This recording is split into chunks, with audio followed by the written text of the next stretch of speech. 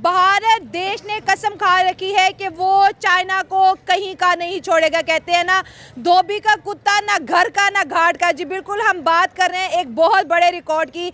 IPhone manufacturing करने में, iPhone export करने में इंडिया ने जो वर्ल्ड रिकॉर्ड बना दिया। 50,000 करोड़ के जो है आईफोन 16 के मॉडल जो है इंडिया एक्सपोर्ट कर चुका है। और 6 महीने का अगर रिकॉर्ड की बात करें तो $1 बिलियन के करीब जो है आईफोन की प्रोडक्ट इंडिया एक्सपोर्ट कर चुका है। मैन्युफैक्चरिंग हब भी इंडिया बनता चला जा रहा है, एक्सपोर्टर भी इंडिया बनता चला जा रहा है, पीस प्रमोटर भी इंडिया बनता चला जा रहा है, कल्चरली दुनिया के साथ कनेक्ट हो रहा है। और ये जादू कौन कर रहा है? ये जादू इंडिया की यूथ, इंडिया की आवाम, उनके पॉलिटिशियन, उनके प्राइम मिनिस्टर नरेंद्र मोदी कर रहे हैं। और चाइना के अंदर से बड़े बड़े ब्रांड निकल के अपनी इन्वेस्टमेंट जो है इंडिया के अंदर करते हुए दिखाई दे रहे हैं। आज एप्पल है तो कल सैमसंग आएगा और उसके बाद लाइन की लाइन लगने वाली है जी इंडिया के अंदर।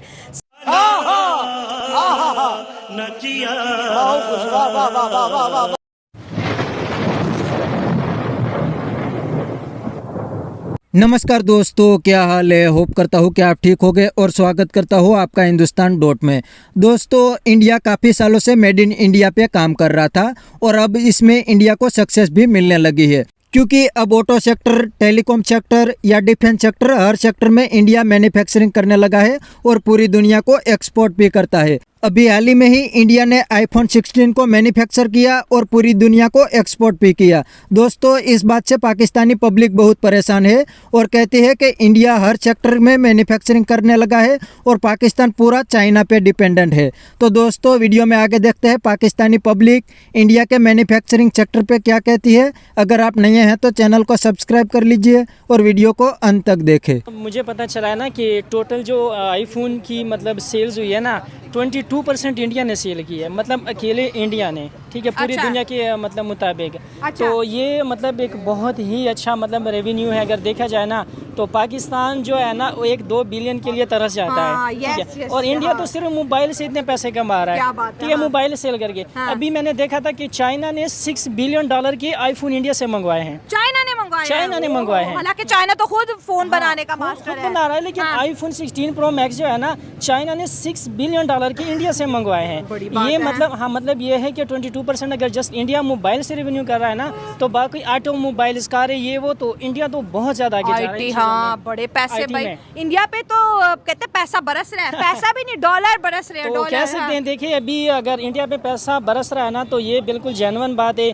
अगर हमारे मतलब पाकिस्तान के लिहाज से देखा जाए तो पाकिस्तान में तो एक स्टोर के लिए लोग तरस जाते हैं। हमारे मुल्क में एक स्टोर नहीं है एप्पल का। मुझे तो नहीं ख्याल कि पाकिस्तान में कोई एक स्टोर भी, इस्लामाबाद में, लाहौर में, कराची में, हम उनके लिए तरसे हुए हैं। सेल तो दूर की बात है, तो हम क्या करेंगे, क्या रेवेन्यू लेके आएंगे? तो मुझे समझ नहीं आती इन चीज़ों। आईफोन ने बड़े पैसे कमा लिए जब से इंडिया की तरफ शिफ्ट हुआ है। अब सैमसंग भी आएगा, बड़े बड़े ब्रांड आएंगे और रेडी ब्रांड्स आ रहे हैं। पूरी दुनिया के ब्रांड्स इंडिया में आ रहे हैं। कह रहे हैं पैसा अगर डबल करना है, सही टाइम में इंडिया पहुंच जाओ। बिजली भी सस्ती, लेबर भी सस्ती, मुल्क के अंदर दहशतगर्दी नहीं, गवर्नमेंट भी स्टेबल। मोदी जी का वादा है कि सेमीकंडक्टर में भी इन्वेस्ट करोगे तो रेवेन्यू यहाँ से यहाँ पहुँचा देगी। इंडिया तो पूरी दुनिया का पैसा डबल करके उसको दे रहा है। देखिए, मैंने जो एक रिपोर्ट पढ़ी थी उसमें कह रहे थे कि जो मतलब 12 कंट्रीज है ना दुनिया की, जिनका दुनिया पे राज चल रहा है, उनमें इंडिया शामिल हो रहा है। इंडिया का राज चल रहा है दुनिया पे, ठीक है।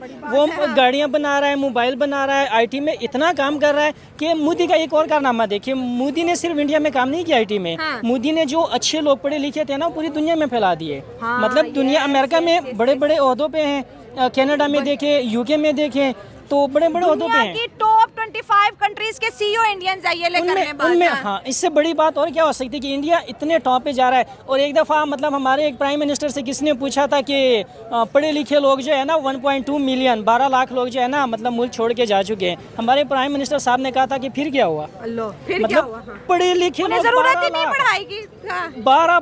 12 लाख पढ़े लिखे लोग मुल्क से जा रहे हैं। प्राइम मिनिस्टर कह रहा है कि फिर क्या हुआ अगर जा रहे हैं तो, ठीक है। मतलब मुझे परवाह ही नहीं है, तो हमें परवाह करनी पड़ेगी। इंडिया जस्ट सिर्फ मोबाइल में इतने नहीं कमा रहा। अगर उनकी देखिए, उन्होंने इलेक्ट्रिक कार अभी मतलब रिसेंटली हाँ बनाई है, इलेक्ट्रिक कार बनाई है और पता नहीं वो कितने 100 किलोमीटर तक चलती है। पाकिस्तान तो सोच भी नहीं सकता। मतलब अगर पाकिस्तान इंपोर्ट करना चाहे तो उसके लिए बहुत बड़ा रेवेन्यू तैयार होगा, ठीक है। उसके बाद वो डिसाइड करेंगे कि हमने क्या करना है। इसमें मेरे ख्याल में कोई 10, 12, 15 साल लग जाएंगे। हमारी हैसियत सिर्फ इंपोर्ट करने के, वो भी उधारे पैसों की, अपने हमारे मुल्क की तो रेवेन्यू है ही नहीं। उधारे पैसों की भी मेरे ख्याल में इस वक्त नहीं है, क्योंकि जितना भी पैसा आता है ना उससे डबल हम उल्टा दे रहे होते हैं उनको। हाँ। तो मेरे ख्याल में हमारी इतनी औकात नहीं है कि हम जाके उनसे गाड़ियाँ ले लें, मोबाइल ले लें, ये वो। तो ये मेरे ख्याल में आईटी में जो इंडिया है तो अप्रिशिएट करना चाहिए, बहुत आगे जा रहा है। ठीक है, इंडिया में जब बड़े बड़े ब्रांड्स आते हैं, बड़ी बड़ी इन्वेस्टमेंट आती है, इतने डॉलर्स के छक्के लगते हैं, पाकिस्तान में आते हैं, भाई इंडिया की साजिश है, इंडिया पाकिस्तान में इन्वेस्टमेंट आने नहीं देगा। आपको लगता है कि इंडिया की साजिश है या हम खुद कुछ नहीं कर पा रहे? नहीं, देखिए मैंने अभी रिसेंटली बात की है कि जब हमारे बड़ों को ही परवाह नहीं, ठीक है, प्राइम मिनिस्टर कह रहा है कि फिर क्या हुआ, उनको परवाह करनी चाहिए। पढ़े लिखे लोग अगर काम नहीं करते मुल्क में, ठीक है, तो क्या आईटी के शोबे, क्या तालीम, क्या मतलब कि रोज़गार और क्या नई चीज़ें पाकिस्तान में आएंगी। तो मेरे ख्याल से तो हुकूमत को चाहिए कि इन चीज़ों की परवाह करे। अभी देखिए रिसेंटली इंडिया ये तो जस्ट आईफोन की बात है, यूरोप में जितनी सेल्स हुई, अब यूरोप बहुत सारी कंट्रीज़ पे मुश्तमिल है ना, सबसे ज़्यादा इंडिया ने कमाया। मतलब सारे मिल भी जाए ना, उससे भी ज़्यादा रेवेन्यू इंडिया ने जनरेट करके दिया है। क्या बात है, तो ये बहुत बड़ी बात है। मोदी साहब का जादू चल रहा है। जादू लाजमी बात है। मोदी साहब ने कुछ जो है ना मतलब सख्त रिएक्शन लोगों के ख़िलाफ़ लिए होंगे, लेकिन अगर दूसरी तरफ देखा जाए, तारीफ़ की जाए, तो टेक्नोलॉजी में बहुत ज़्यादा आगे जा रहा है। ये तो मतलब मैं मानता हूँ कि इंडिया बहुत आगे जा रहा है। हाँ, टेक्नोलॉजी में। हाँ, टेक्नोलॉजी में। और दुनिया पे अभी मेरे ख्याल में अगर 2-3 साल गुजर जाए ना तो ये यूरोप को भी टक्कर देगा। जैसे इंडिया कह रहा है मैं दुनिया की तीसरी बड़ी इकोनॉमी बनने वाला हूँ, बात सच हो गई। बन जाएगा। अभी मतलब नहीं भी बना ना तो मेरे ख्याल में अगले 1-2 सालों में बन जाएगा। ये जेन्युइन बात है। ये बात है कि हमारी जो यानी इकोनॉमिक कंडीशन है ना, हमारी जो हुकूमत है या हमारा मुल्क है, टोटली फाइनेंशली पैरालाइज्ड है। ठीक है, सबसे पहले तो ये है। और दूसरे जो इश्यूज़ हैं पाकिस्तान में, सबसे बड़े जो इस वक्त क्राइसिस का पाकिस्तान को सामना है वो है सिक्योरिटीज़। अब देखें, आपको पता है जिस तरह यानी इसराइल है, ठीक है, वो पूरी यानी एक हब है, पूरी दुनिया की इकोनॉमी इसराइल के कंट्रोल में है। इंडिया में उसके बहुत ज़्यादा शेयर्स हैं, पूरी दुनिया में उसके शेयर्स हैं, ठीक है। अब पाकिस्तान में सबसे जो बड़ा मसला है वो सिक्योरिटीज़ का है। फॉर एग्जाम्पल अगर एप्पल कल अपना इधर लॉन्च कर देता है, अब मैकडोनल्ड उन्होंने किसी ना किसी तरह यानी इस तरह, क्योंकि हमारी इस्लामिक ऑर्गेनाइजेशन, पूरी हुकूमत भी इस्लामिक और कल्चर भी सारा इस्लामिक है, तो अब उनका एप्पल का बहुत ज़्यादा लिंक है इसराइल से, ठीक है। कल उनका स्टोर बन जाता है तो हम उनको सिक्योरिटी नहीं दे सकते कि हमारे लोग आके, अब जिस रिसेंटली हमने देखा होगा पेशावर की एक ऑर्गेनाइजेशन मैकडोनल्ड्स के कई डिपार्टमेंट्स पे हमला किया है, ठीक है। तो ये मसले हैं पाकिस्तान में। इस वजह से जिस तरह अब बहुत ज़्यादा बड़े और भी ब्रांड्स हैं, जिस तरह वो एक्सट्रीमिज्म की वजह से भी आप कह रहे हैं कि ब्रांड बाहर के नहीं आते, सिक्योरिटीज नहीं दे सकते। अच्छा, ठीक है। तो दोस्तों ये था पाकिस्तानी पब्लिक का रिएक्शन। और आपने वीडियो में देखा ना, पाकिस्तानी कहते हैं कि इंडिया हर सेक्टर में अब मैन्युफैक्चरिंग करने लगा है और पूरी दुनिया को एक्सपोर्ट भी करता है, इसलिए तो इंडिया की इकोनॉमी तेज़ी से ग्रो कर रही है। और दूसरी साइड पाकिस्तान पूरा चाइना पे डिपेंड करता है और सब कुछ चाइना से इम्पोर्ट करता है, इसीलिए तो पाकिस्तान की इकोनॉमी भी डूब रही है, क्योंकि पाकिस्तान ने दुनिया को एक्सपोर्ट करने के लिए कुछ भी नहीं बनाए, सिर्फ पाकिस्तान के पास गधे हैं एक्सपोर्ट करने के लिए। और दूसरी बात पाकिस्तानी ने बताई कि पूरी दुनिया इंडिया में इन्वेस्टमेंट करती है, क्योंकि पूरी दुनिया को पता है कि इंडिया की इकोनॉमी तेज़ी से ग्रो कर रही है और इंडिया दुनिया की सबसे बड़ी मार्केट है।